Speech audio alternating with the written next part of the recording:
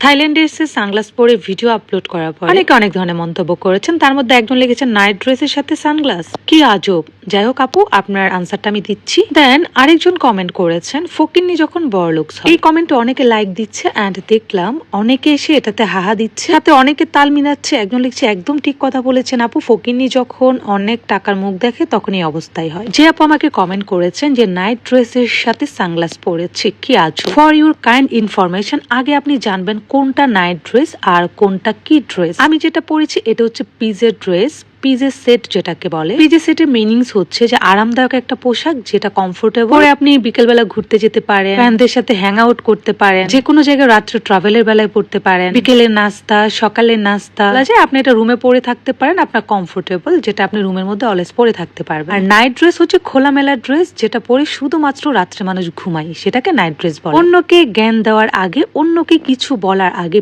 Please একটু আগে নিজে জানবেন, নিজে জেনে নিজে পরিপূর্ণ জ্ঞান অর্জন করে অন্যকে জ্ঞান দেওয়ার চেষ্টা করবেন। আপনি তো নিজে পিজে সেট আর নাইট ড্রেসের মানে পার্থক্য বুঝেন না, আপনি এসে আমাকে জ্ঞান দিচ্ছেন যে আমি নাইট ড্রেসের সাথে সানগ্লাস পরেছি। আপু আমাকে ফ্যাশন শিখাতে এসেছে, যেখানে ছোটবেলা থেকে আমি ফ্যাশন সচেতন এবং আমাকে অনেকে তাদের ফ্যাশনের আইডল মনে করে। সেটা আমাদের ফ্যামিলি পার্সন, আমার রিলেটিভ অনেকেই। আমি আমার জন্য যদি একটা ড্রেস কিনতে চাই, আমার জামার সাথে সালোয়ারের কাপড় ম্যাচ করার জন্য আমি 1.5 থেকে 2 ঘন্টা শুধু ঘুরি, চাঁদনি চৌক বলেন যেখানেই বলেন আমি যাই, যে শুধু ম্যাচ করার জন্য একটা সুতা এদিক ওদিক হলে আমি সেটা নেই না। আমি এতটাই ফ্যাশন সচেতন। হ্যাঁ, কাকে কি বলতেছেন সেটা বলার আগে একটু ভেবে চিনতে বলবেন, কাকে কি কমেন্ট করতেছে।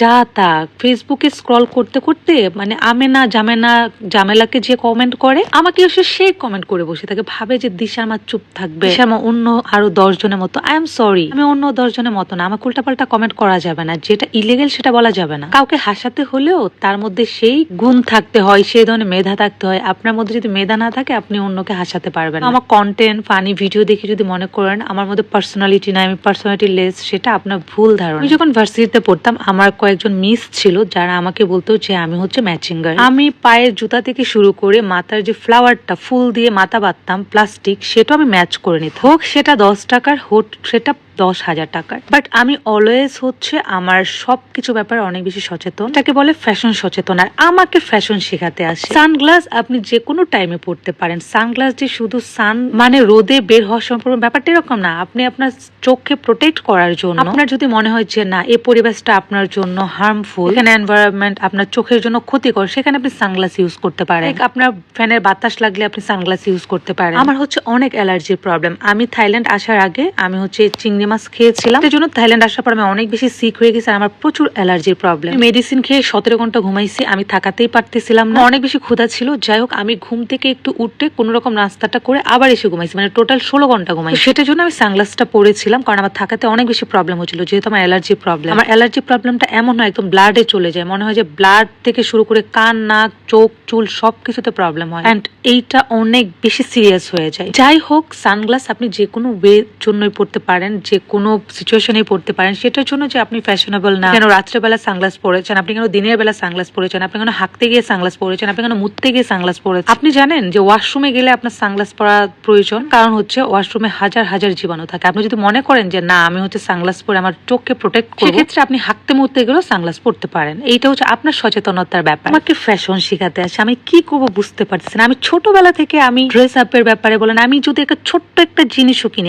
এখন আমি যদি শপিং এ যাই, আমার সাথে কেউ যেতে চায় না, কারণ আমি এত ঘুরি। আমার একটা জিনিস পছন্দ হতে এত টাইম লাগে, স্পেশালি আমার জুতা, সানগ্লাস, এই দুইটা জিনিস কিনতে যাই। উফ, আমার বাসায় এত চুড়ি আছে, তারপর আমি প্রত্যেকটা ড্রেসের সাথে ম্যাচ করে চুড়ি নিই, কারণ আমার কাছে মনে হয় ফ্যাশন হচ্ছে যার একটা ডিফারেন্ট জিনিস, যার যেভাবে যেটা ক্যারি করে। বেশি টাকা থাকলে আপনি ফ্যাশন সচেতন, ব্যাপারটা এরকম না। কম টাকাও ফ্যাশন করা যায়, এটা হচ্ছে রুচির ব্যাপার। হ্যাঁ, ছোটবেলায় দিশার আমি ম্যাচিং পরে ড্রেস পরতাম, আর সেটার জন্য আমাদের মা মেয়েকে অনেক আগে থেকে মানুষ অনেক পছন্দ করতো। দিশার সব ড্রেস আপ আমি পছন্দ করতাম, ওর হেয়ার স্টাইল আমি করতাম। এই ডিফারেন্ট ব্যাপারগুলোর জন্য আমাদের মা মেয়ে জুটি অনেক পছন্দ করতো এবং এখনো করে। আমাকে ফ্যাশন শেখাতে আসে, আমি হাসবো না কাঁদবো, হি একটু হেসে নিই। এখন আসি সেকেন্ড আপার কথা। আপা বলতেছে যে ফকিন্নি যখন বড়লোক। আপা, ইউ হ্যাভ এনি আইডিয়া যে আমার ফ্যামিলি ব্যাকগ্রাউন্ড কি? ফর ইউর কাইন্ড ইনফরমেশন, আমার দাদার বাবা ছিল হচ্ছে জমিদার।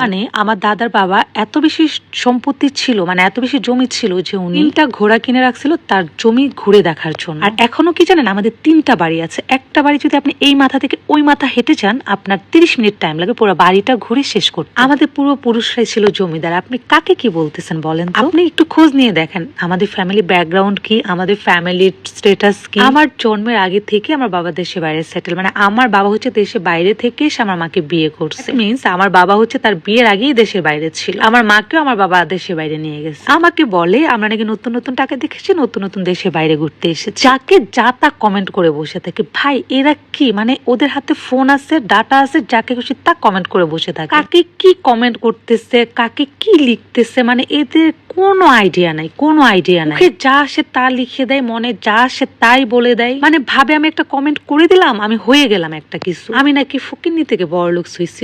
কি যে বলবো, হাসবো আরেকটু হেসে নি, হেসে নিলাম। এখনো আমার ফ্যামিলির যা আছে, আমার বাবার যা আছে, আলহামদুলিল্লাহ আমরা আগেও ভালো ছিলাম, এখনো ভালো আছি। তো কাকে কি বলতেছেন ভাই? যখন একটা দেশে ঘুরতে যাবেন তার আগে অবশ্যই আপনাকে সে দেশে ভিসা নিতে হবে। সে দেশে ভিসা নেওয়ার আগে তো তারা জাস্টিফাই করবে, তারা যাচাই করবে যে আপনি ওই দেশে ঘোরার মতো অ্যাবিলিটি আপনার আছে নাকি, তারপরে তো আপনাকে ভিসা দিবে, তাই না? তারপর ধরুন ইমিগ্রেশন আপনাকে পার হতে হবে। সো আপনার স্ট্যাটাস, আপনার কোয়ালিটি, আপনার কোয়ালিফিকেশন, আপনার ব্যাকগ্রাউন্ড সব কিছু যদি পজিটিভ থাকে এন্ড সবকিছু যদি ফুলফিল হয়, তাহলে কিন্তু তারা আপনাকে সে দেশে ঢোকার পারমিশন দিবে, যে কোনো কান্ট্রিতে। সো আপনি জাস্ট করার কি, জাস্ট যারা করা তারা তো করেই দিয়েছে, তাই না? জাস্ট করেই হচ্ছে এদেশে আসার বা যে কোনো কান্ট্রিতে যাওয়ার পারমিশন দেয়। এক একটা কান্ট্রিতে যাওয়ার ইমিগ্রেশন পার হওয়া মানে আপনি এক একটা ধাপ পার হয়ে গেছেন। নিজে তো কিছু করতে পারেন না, অন্যের সাকসেস দেখে হিংসে হয়। অন্যের সাকসেস দেখে হিংসে না করে তাকে এপ্রিসিয়েট করেন, দেখবেন নিজে ভালো থাকবেন। মানে এদের কথা কি বলবো, মানে এরা যে কি কি কমেন্ট করে,